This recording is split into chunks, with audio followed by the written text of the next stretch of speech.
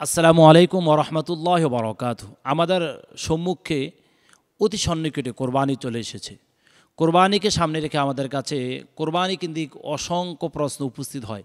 তার মধ্যে একটি প্রশ্ন এসেছে, সেটা হচ্ছে নাম প্রকাশ না করে কোরবানি করা যাবে কিনা।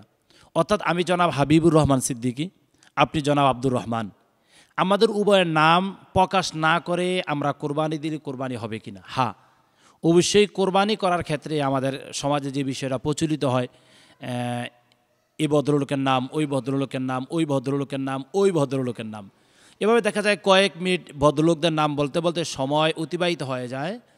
আমরা একটু অনেক সময় বিভ্রান্ত তৈরি হয়ে যায়। মূল বিষয় ওটা না, কিন্তু মূল বিষয় হচ্ছে নাম প্রকাশ না করে কোরবানি আদায় করা যাবে কিনা। হ্যাঁ, নাম প্রকাশ না করো কোরবানি আদায় করা যাবে। কোরবানি করার ক্ষেত্রে নাম প্রযোজ্য নয়। কেন? মূলত আমি অথবা আপনি অথবা আমরা কোরবানি দিচ্ছি মূলত আল্লাহ সুবহানাহু ওয়া তাআলার নামে, আল্লাহ সুবহানাহু ওয়া তাআলাকেই সন্তুষ্ট করার জন্য।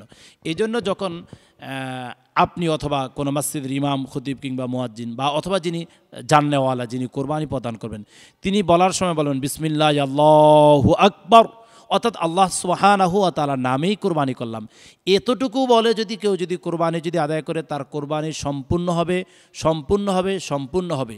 এটাই সঠিক এবং এটাই সঠিক তথ্য উপস্থাপনা করা হচ্ছে। তাহলে আমরা জানলাম নাম প্রকাশ না করো যদি কেউ কোরবানি করে, অবশ্যই কোরবানি আদায় হয়ে যাবে। আল্লাহ সুবহানাহু ওয়া তাআলা আমাদের সকলের কোরবানিকে কবুল করুক এবং পরকালে এর জন্য নাজাতের ব্যবস্থা করে দিক। আল্লাহুম্মা আমিন।